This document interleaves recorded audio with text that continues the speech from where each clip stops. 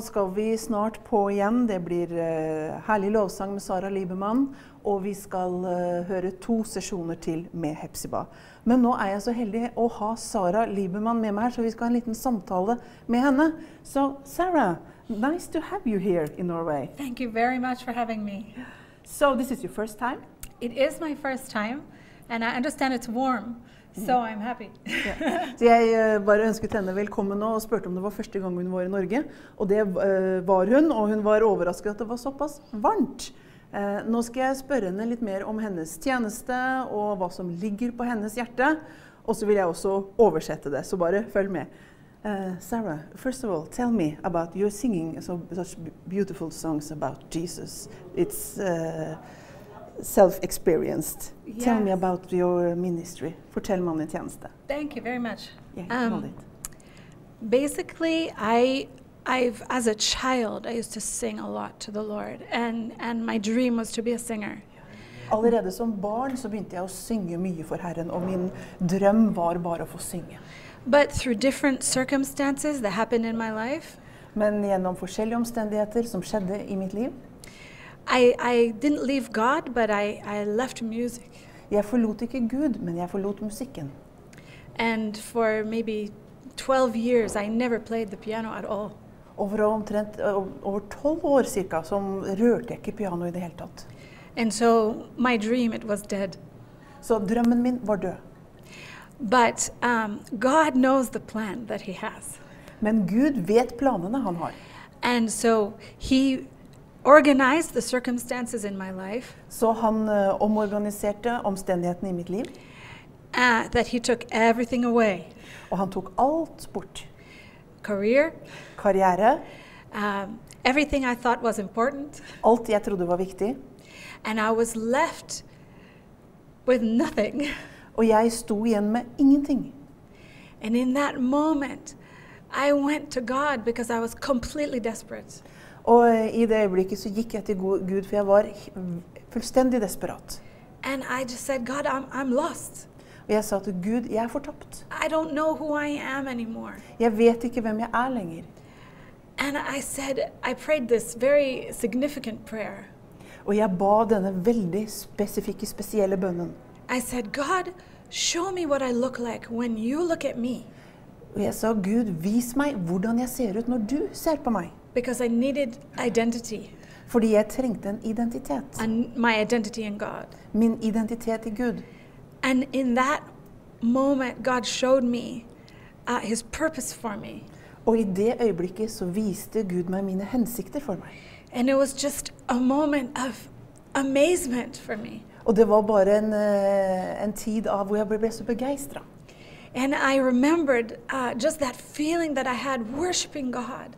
Og jeg bare husker den følelsen som jeg hadde da jeg begynte å tilbe Herren. And I thought, all the fullness of God and his spirit and his joy, don't I want that all the time?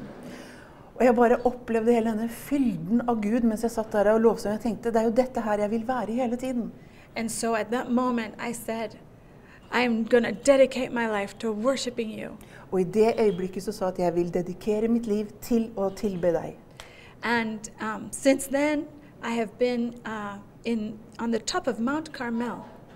Og siden da har jeg befunnet meg på toppen av Karmelfjellet. Which is in Israel. Som er i Israel. It's the mountain where Elijah prayed for the fire to come down.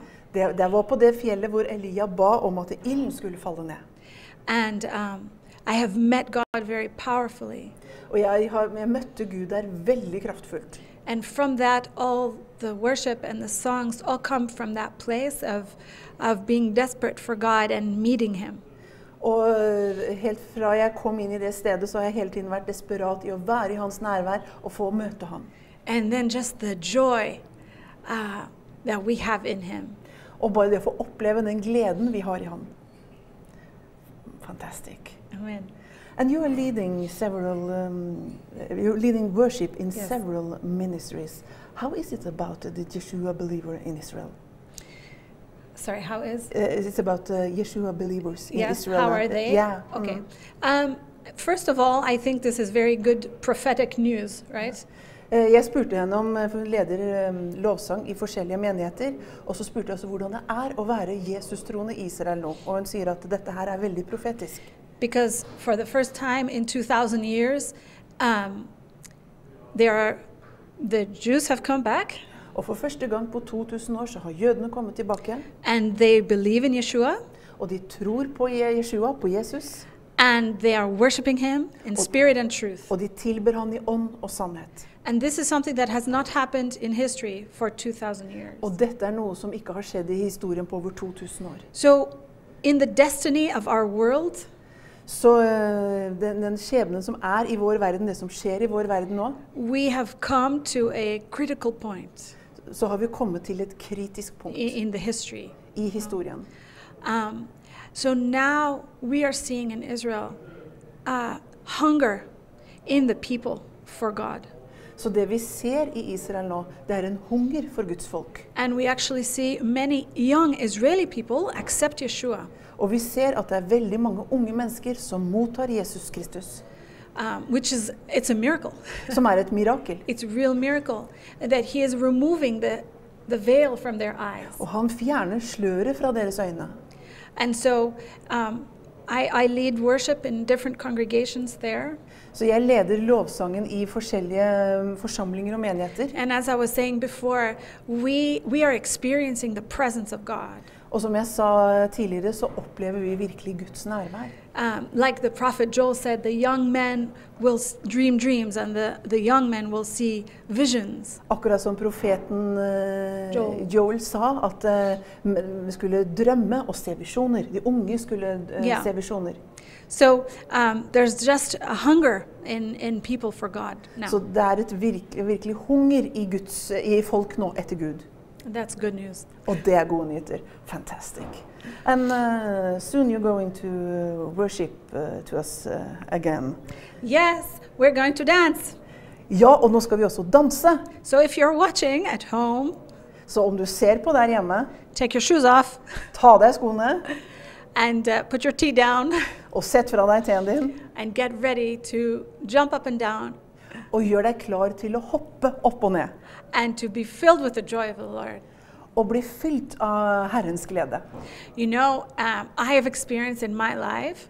Jeg har opplevd dette i mitt liv. That the most precious worship to God. At den mest dyrebare tilbedelsen innenfor Herren. Actually comes when we don't feel very happy or good. Den kommer faktisk i de øyeblikkene hvor vi ikke føler oss veldig lykkelige eller har det så bra. Sometimes in the season, in the desert season, like we've been talking about. Som for eksempel vi har snakket om nå i formiddag når vi i en tid av ørken. When you make a choice.